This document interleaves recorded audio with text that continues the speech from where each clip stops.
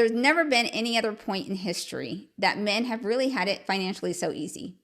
I know there's going to be a lot of guys who disagree with me. In the past, you guys had to bear the load 100%. So the majority of households now have 2 incomes and you have help. So now we have women who are helping ease this financial burden, but it's been replaced by the burden of men having to live with super stressed out, hyper-masculine women who find it difficult to check her balls at the door, who always think that she's doing more around the house because most of the time it's true. So you might think, great, you have help in this area. You know, you appreciate the fact that your wife's a hustler and she works hard and helps ease that financial burden. Because man, I'm not discounting that things are expensive out there. You know, diapers are expensive, food's expensive.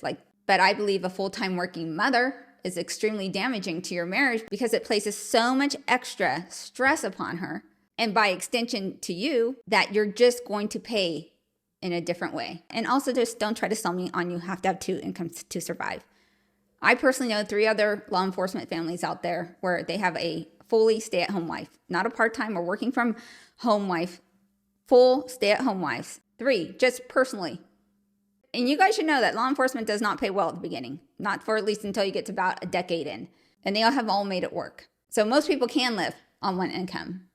They just choose to prioritize maybe keeping up with the Joneses or living in a place or having a lifestyle that makes it conducive to do that more effectively.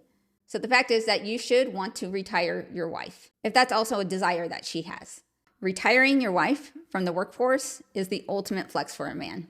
You should always try to do that because it's going to allow her not to have that hustle and grinding mentality and the associated stress that's going to come with it that hardens a woman.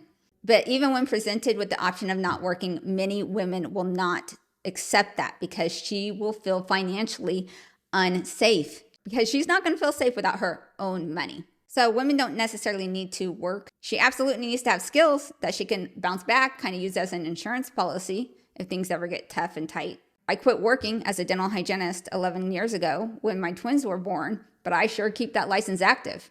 That's my insurance policy. I can always go back to it tomorrow if I ever need to.